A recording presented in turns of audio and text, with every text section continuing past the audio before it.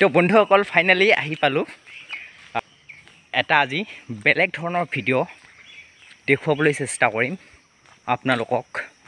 তো এয়া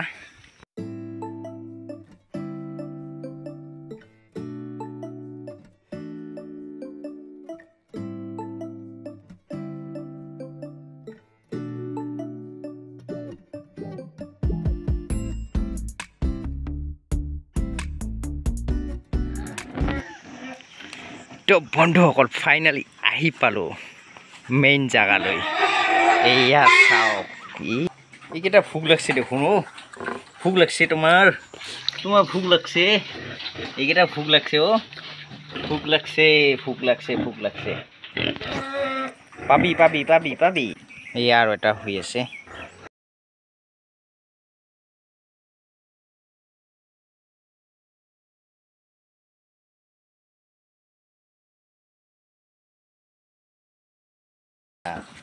এই ভাল দেখায় এইটো চাওক, এইটো নাক, এইবিলাক চাওক। এয়া হ'ল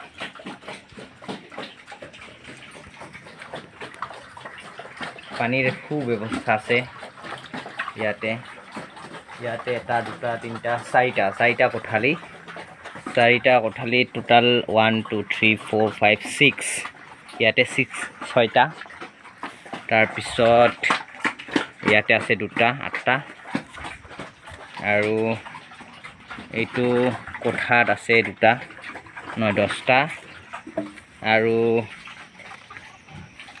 ইয়াতে কেইটা আছে? ইয়াতে আছে 4টা, মুঠ 14টা। তো বন্ধুসকল আপোনালোকে দেখিলে এয়া আছিল আজিৰ ভিডিঅ'টোৰ মূল বিষয়বস্তু। তো ইয়াতে এইটো মোৰ বন্ধুৰে গাহৰি ফাৰ্ম হয়। তো ইয়াতে মুঠ 14টা গাহৰি আছে পোৱালিৰ সৈতে। তো এতিয়া মেইন কথালৈ আহোঁ। এতিয়া এই গাহৰি ফাৰ্মটো খোলোতে কিমান টকা খৰচ হৈছিল আৰু কেনেকৈ বন্ধুজনে মানে প্ৰি প্লান কৰি এই ফাৰ্মখন খুলিছে, ইয়াৰ সবিশেষ আমি মোৰ বন্ধুৰ পৰা জানিবলৈ চেষ্টা কৰিম। তো এয়া আছিল মোৰ বন্ধু হীৰালাল বৰ্মন। তো হীৰালাল বৰ্মনক BBO ইউটিউব চেনেললৈ স্বাগতম জনাইছোঁ। এতিয়া তেওঁৰ পৰা কেনেকৈ প্ৰি প্লান কৰি বা কেনেকৈ তেওঁ পৰিকল্পনা কৰিছিল বা কেনেকৈ তেওঁৰ মনলৈ আহিছিল যে এনেকৈ গাহৰি ফাৰ্ম খুলি স্বাৱলম্বী হ'ব পাৰি। তো বন্ধু কোৱাচোন, কেনেকৈ ভাবিছিলা বা কেনেকৈ তোমাৰ মনত এইটো আহিল যে গাহৰি ফাৰ্ম খুলিবা বুলি? তাৰমানে লগৰ কেইটা মানে আগতে এটা দুটাকৈ পুহিছিল। হয়। সিহঁতৰ চাই কিনে চালোঁ যে এটা গাহৰি 10-15টা পোৱালি। হয়। তেতিয়া মই ভাবিলোঁ তাতেতো বহুত লাভ আছে, প্ৰফিট হয়। এটা গাহৰি যদি মোটামুটি 10,000-12,000কৈ খানা যায়, এটা পোৱালি যদি আমি মিনিমাম 3,500 বা 4,000কৈ বেকো তেতিয়াহ'লে বহুত লাভ হয়। মোটামুটি 50% লাভ হয় তাৰমানে। এতিয়া কেনেকৈ এইটো আৰম্ভ কৰিছিলা? মই প্ৰথমতে কিমান টকা মানে ইয়াতে খৰচ কৰিছে বা ইনভেষ্ট কৰিছে প্ৰথমতে? মই ইয়ৰ্কশ্বায়াৰৰ পোৱালি আনিছিলোঁ। কিহৰ ক'লে? ইয়ৰ্কশ্বায়াৰৰ পোৱালি আনিছিলোঁ। মোটামুটি কেইটা আনিছিল? 5টা আনিছিলোঁ 4,000কৈ। 5টা আনিছিল 4,000, মুঠতে 20,000 টকা। তিনিটা মাইকী আছিল, দুটা খাচী আছিল, আৰু তিনিটা লোকেল আছিল। লোকেলৰ ভিতৰত দুটা খাচী আছিল, এটা মাইকী আছিল। তাৰপিছত লোকেলৰ মাইকীটো গা পোৱা নাছিল, তেতিয়া খাচীৰ লগত একেলগত বিকি দিলোঁ। ইয়ৰ্কশ্বায়াৰৰ তিনিটা প্ৰেগনেঞ্চি হৈছিল। হোৱাৰ পিছত মোটামুটি 29টা পোৱালি দিছিল। পোৱালিৰ মাত্ৰ 19টা বিকিলোঁ। বৰ্তমান পোৱালি আছে 10টা নিজৰ কাৰণে ৰাখি দিছোঁ।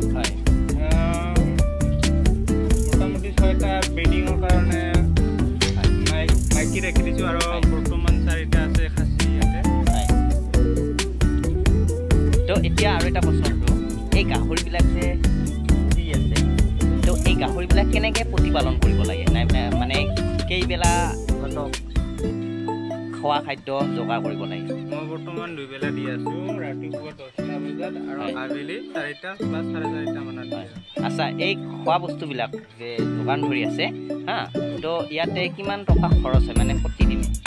মোটামুটি 5 মাহৰ পোৱালি এইকেইটা মোটামুটি দিনত 1 কেজিকৈ দানা খাই আছে। দিনত 1 কেজি, আৰু 1 কেজি দানা দাম কিমান? মোটামুটি আমাৰ হেৰি পৰে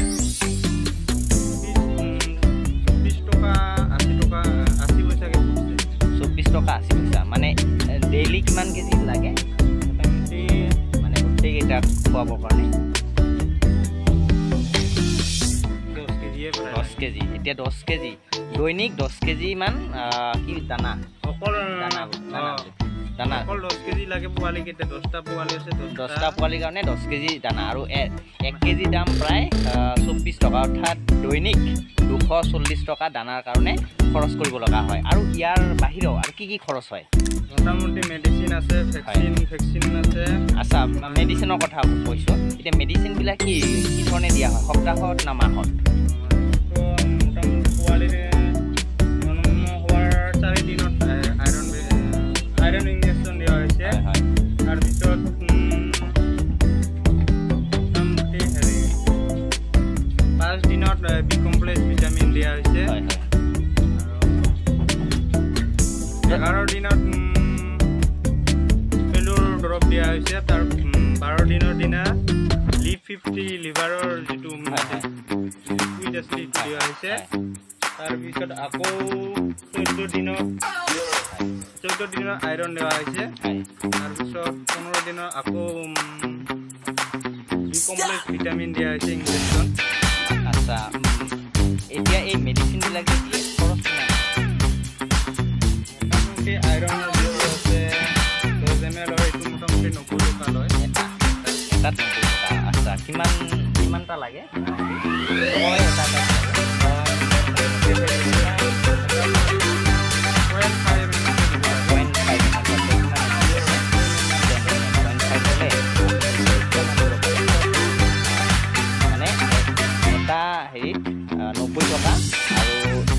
ইয়াৰ পৰা 20টা গাহৰি দিব পাৰে।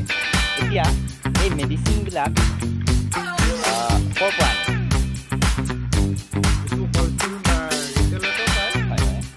অলপমান দামটো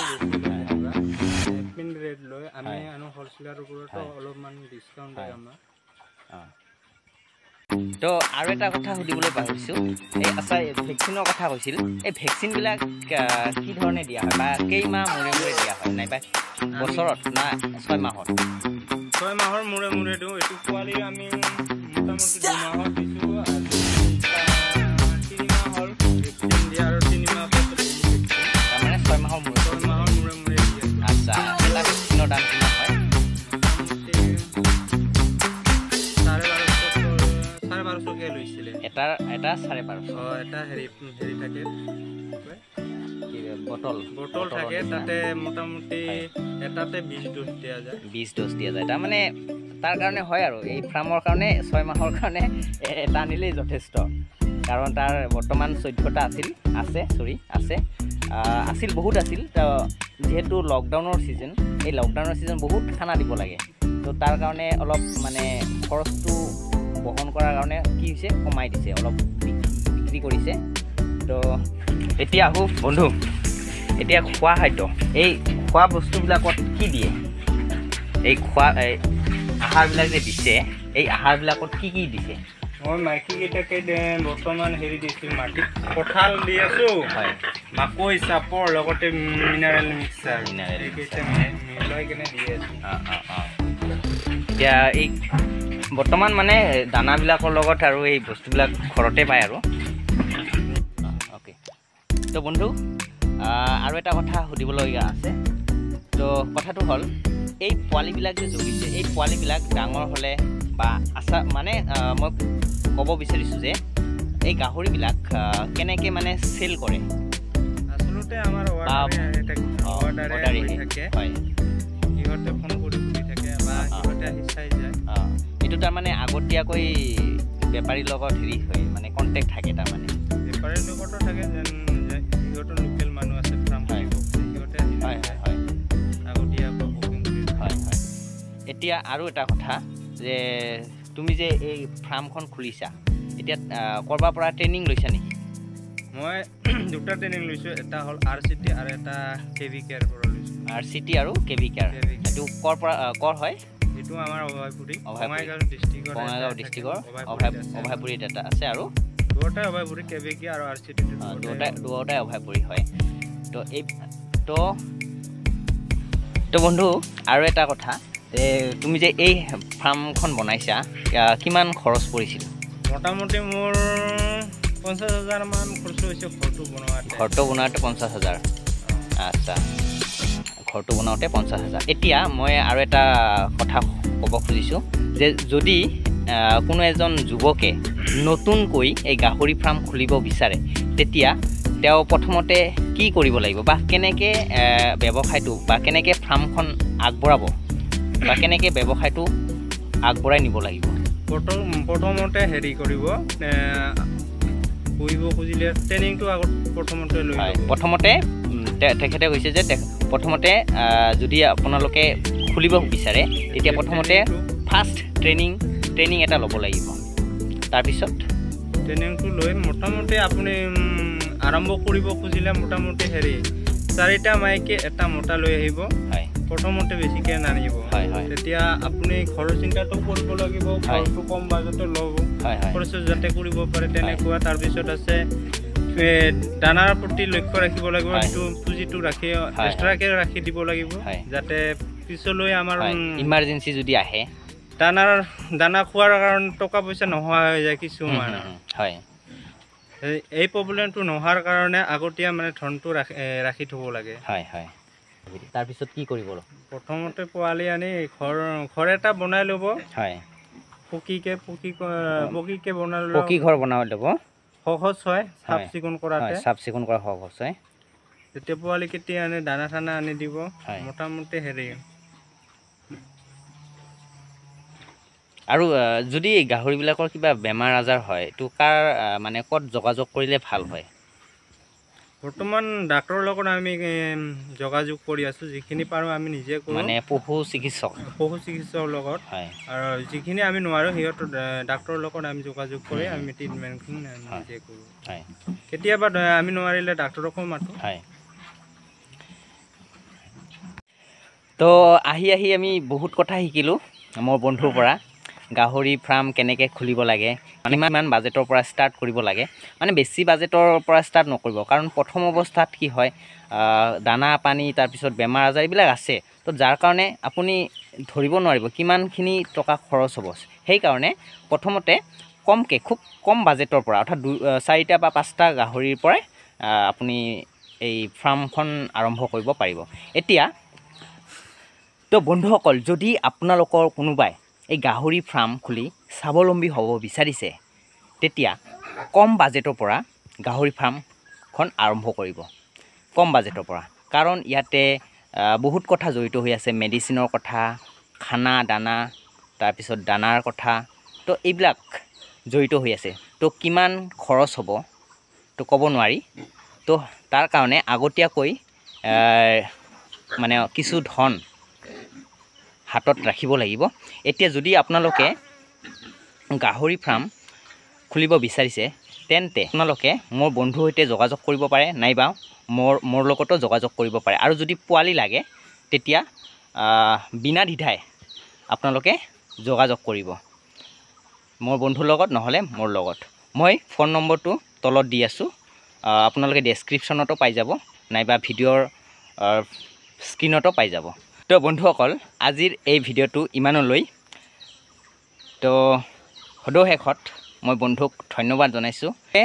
মই আকৌ এবাৰ কৈছোঁ, আপোনালোকে বিনা দ্বিধাই যদি গাহৰি ফাৰ্ম খুলিব বিচাৰিছে তেতিয়াহ'লে মোক নাইবা মোৰ বন্ধুজনক কণ্টেক্ট কৰিলে হ'ল। আৰু কণ্টেক্ট নম্বৰটো মই ভিডিঅ'ৰ ডেছক্ৰিপশ্যনত দি দিম, নাইবা আপোনালোকে ভিডিঅ'ৰ স্ক্ৰীণতো পাই যাব নম্বৰটো।